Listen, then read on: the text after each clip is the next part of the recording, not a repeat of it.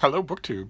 I have a kind of, sort of Monday reads for you. I have some books that are on my immediate radar. It's kind of, sort of, because they are at risk of being bumped, depending on what I get in the mail. Like, for instance, one of them is going to get bumped, or maybe two of them, by a big, fat English-language translation of A New Life of David Ben-Gurion that I just got in the mail, and that I'm not going to be able to restrain myself from reading right away. But even if they get bumped, they won't get bumped forever. They'll get bumped to next in line. So I've got, what have I got here? 6 books and a graphic novel that I want to show you. And 2 of them I have already read, although not in their current form. I have read their contents, most of their contents. Very strange. So we'll start off with the first one. It's a forthcoming Library of America volume. This one comes out, I think, in June. Yes, in June. And it's Booth Tarkington, who is very firmly forgotten by readers, by the reading world. He is very firmly forgotten. And Library of America it's their job to sort of find the very firmly forgotten and give them lovely editions. This is a lovely edition. It's sewn binding. It's acid-free pages. It's got a built-in bookmark. It's a lovely set, these books. And this one collects probably what would ordinarily be considered Booth Tarkington's 2 best novels, The Magnificent Ambersons and Alice Adams, and also collects a miscellaneous through line of political short stories.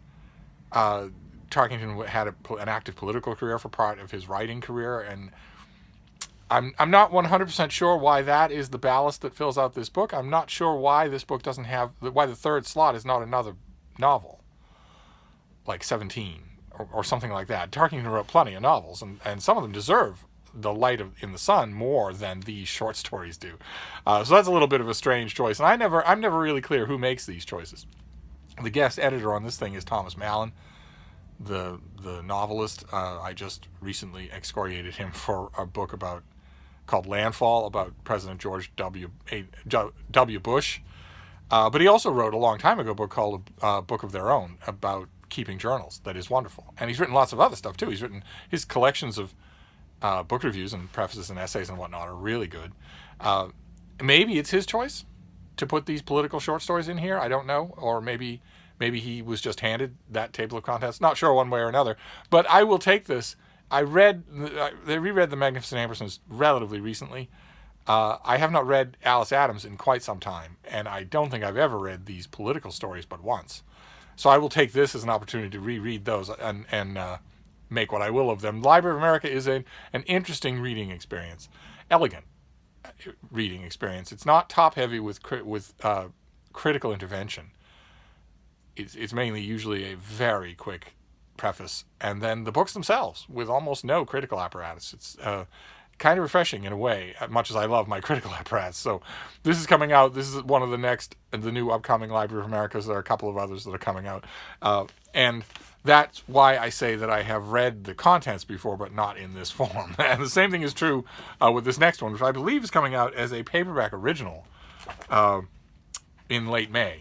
And this is Talking to Strangers by Paul Auster, coming out from Picador. And the reason I say that I've already read its contents is because this is not a novel. This is a collection of essays and prefaces and whatnot that have appeared elsewhere before they were collected here. And I'm fairly certain that I've probably read most of them in their original settings. But this is a perfect example of how Auster's fiction has never done anything for me at all. And his nonfiction is, I think, quite good. It's something that he shares in common with a whole bunch of contemporary novelists who I believe are given novel contracts because that's where the money is, when their actual talents lie elsewhere. Martin Amis would be another perfect example that I could come up with. As a result, it's going to be a little strange to read this, but I know the strange part is going to be that despite the fact that it has Paul Auster's name, Big as Life, on the cover, I know I'm going to enjoy it, which isn't true when his name is on a novel. Then I know I'm in for a struggle. And then we're going to we'll do the rest of These Are Things That I Have Waited Too Long to Do and That I Really Need to Read Right Away. The first one that we're going to do is a novel by an author that I like. And I know that I have a good, strong sense I'm going to like this novel because I read a chunk of it at one go and really liked it. This is the finished copy of The Flight Portfolio by Julie Oringer. And it is the long-awaited new work from best-selling author of The Invisible Bridge, which I quite liked, The Invisible Bridge. And it takes us back to occupied Europe in a gripping historical novel based on the true story of Varian Fry's extraordinary attempt to save the work and the lives of Jewish artists fleeing the Holocaust. In 1940, Harvard-educated journalist Varian Fry traveled to Marseille carrying $3,000 and a list of imperiled artists and writers he hoped to rescue within a few weeks. Instead, he ended up staying in France for 13 months, working under the veil of a legitimate relief organization to procure false documents, amass emergency funds, and set up an underground railroad that led over the Pyrenees into Spain and finally to Lisbon, where the refugees embarked for safer ports. And among his many clients were Hannah Arendt, Fritz Werfel, André Breton, Max Ernst, Marcel Duchamp, and Marc Chagall. And in this book, it opens in the Chagall's ancient stone house in France, as the novel's hero desperately tries to persuade them of the barbarism and tragedy descending on Europe. And that opening scene is quite arresting. The opening part of this book is quite arresting because the main character faces the same kind of ingrained momentum almost everywhere he goes, which is people saying, it's not as bad as it looks. It will blow over. Oh, come now, this isn't necessary. Imagine what you would do. What would it take to get you to realize I need to flee my homeland? I need to flee the country, or I'm going to die. And it's the same thing. It's the same kind of mental resistance, and it's captured really well. The chunk that I read was stronger in its particulars than the previous book that I read. So. I'm looking forward to it, and it's right around the corner. It's the very beginning of May. Yeah, it's May 7th, so I should have got to this long since. This is much talked about. It's going to be reviewed in a lot of places, I think. Then the next one is an author I recommend if you are on the hunt for a new series, a new thriller series, something that will keep you reading. Those kinds of books are tough to find that when they're done well, and it's always an extra treat for me when I find a whole series. Because something about those books, you like to pop them down like candy. And the author is Mark Billingham, who we've seen on this channel before. I've praised him on this channel before. He does really good police thriller. And his latest one comes out in June. It's a Tom Thorne novel, and it's called Their Little Secret. I think we saw it on this channel before. In this latest book, a seemingly straightforward suicide turns into a chilling story of obsession, deception, and murder. When D.I. Tom Thorne is called to conduct a routine assessment at the site of a suicide, he expects to be in and out in no time. But when he arrives at the metro station where a woman named Philippa Goodwin threw herself in front of an underground train, he inexplicably senses something awry and feels compelled to dig deeper. He soon discovers that she was the victim of a callous con man whose deception plunged Philippa to her end. Enraged that one man's trickery caused an innocent death, he enlists D.I. Nicola Tanner to help him track down the swindler and bring him to justice. And the novel just darkens from there. And this is the follow-up to last year's The Killing Habit, which was terrific, in which these same characters at first see a string of crimes that seem trivial, dead animals, dead pets, and then their instincts start to realize, well, that's how psychopaths start. They tend to start by killing animals as a test, and also of not only their technique but also of their nerve. And that book ended up being fantastic. And this one, I have very high hopes. Although Mark Billingham never disappoints, so I feel like I'm in good hands. Then we'll do the graphic novel. I think the graphic novel came out in April. I'm a little late getting to it. It is Vampironica. It is Veronica of Archie Comics fame as a vampire. You may remember that a little while ago we saw Jughead as a werewolf, and this is much along the same lines. I have to confess, the 2 volumes of Jughead as a werewolf I found them a lot more entertaining than I thought I would.